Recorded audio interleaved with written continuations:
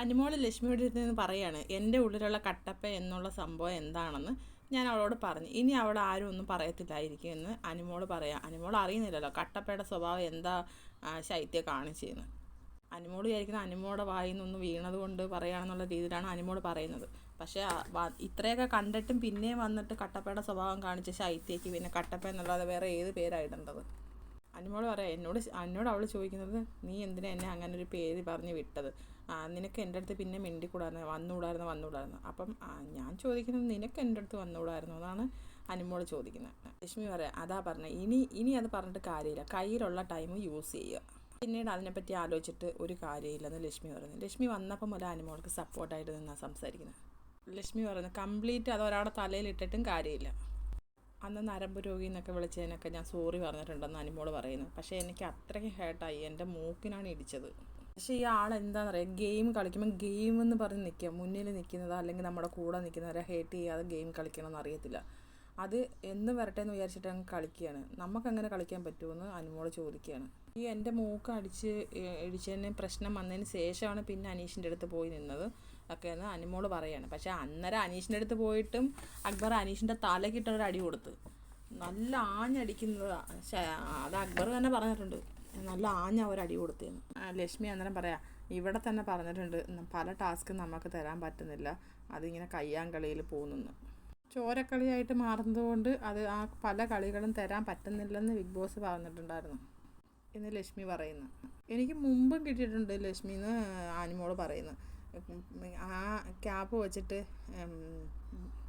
രേണുസുധിയുടെ തലയിൽ ക്യാപ്പ് വെച്ചിട്ട് നടന്നൊരു ഗെയിമില്ലേ, ആ ടൈമിൽ എനിക്കിതിനൊക്കെ കിട്ടിയിട്ടുണ്ട്.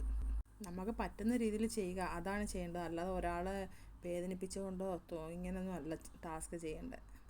ഞാൻ പല ടാസ്കും വിട്ടിട്ട് പോയിട്ടുണ്ട്. എനിക്കിത് പേടിയാവുന്നു, ആ ക്യാപ്പ് വെച്ചിട്ട് പോകുന്നത്. നമ്മൾ കാരണം ഒരാൾക്ക് ഒരു വേദന ഉണ്ടാവില്ല എന്നാണ് ഞാൻ ആഗ്രഹിക്കുന്നത്. പിടിച്ച് വലിക്കുക, എടുക്കുക, ഞാൻ പോയിട്ടില്ല ഇതിനൊന്നും. ഞാനങ്ങ് വിട്ട് കളഞ്ഞ്, എന്തിന്? ഞാൻ പോട്ടെന്ന് വിചാരിച്ചു, നമുക്കുള്ളത് നമുക്ക് കിട്ടും, അങ്ങനെ ഞാൻ വിചാരിച്ചു. ലക്ഷ്മി പറയാം, ഓരോരുത്തർക്കും ഓരോരുത്തരുടേതായ സ്ട്രെങ്ത്തും കാര്യങ്ങളും ഉണ്ട്. അപ്പം അവരവർക്ക് അതനുസരിച്ച് നമ്മൾ ചെയ്യണം, അല്ലാതെ ഓരോരുത്തർക്കും പ്രത്യേകമുള്ള ടാസ്ക് കൊടുക്കാൻ പറ്റത്തില്ലല്ലോ. നമ്മൾ പഴയ ഗെയിമിനെ കുറിച്ചൊക്കെ ലക്ഷ്മിയോട് ഇരുന്ന് സംസാരിക്കുകയാണ്. ഞാൻ വിചാരിച്ചത് ആര്യൻ ഫൈനൽ ഫൈവിൽ വരുമെന്നാണ്, പക്ഷേ എനിക്ക് അറിയത്തില്ല അവൻ എന്താ ഔട്ടായെന്ന്. അപ്പം അനുമോൾ പറയണം, അവൻ ഇന്നലെ ആ നെക്ലസ് കിട്ടുമെന്ന് പറഞ്ഞപ്പോൾ എനിക്ക് ഒരുപാട് സന്തോഷമായി.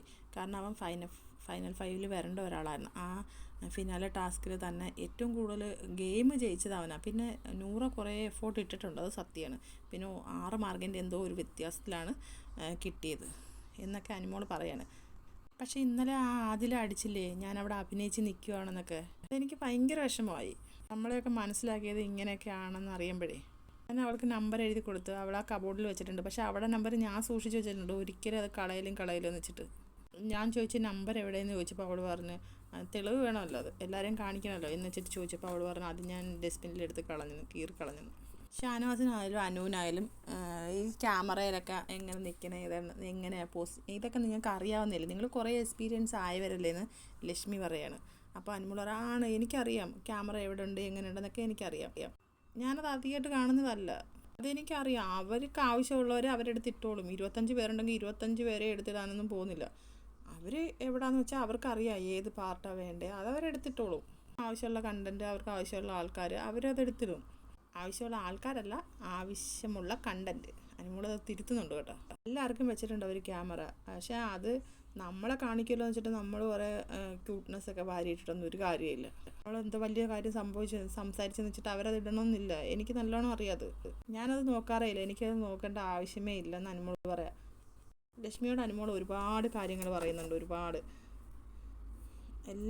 ശരിക്കും ലക്ഷ്മിയോട് ഇപ്പോഴാണ് അനുമോൾ ഇങ്ങനെ ഇത്രയും അടുത്തിരുന്ന് സംസാരിക്കുന്നത്. നേരത്തെ ഒന്നും അധികം സംസാരിച്ചിട്ടൊന്നും ഇല്ലായിരുന്നു.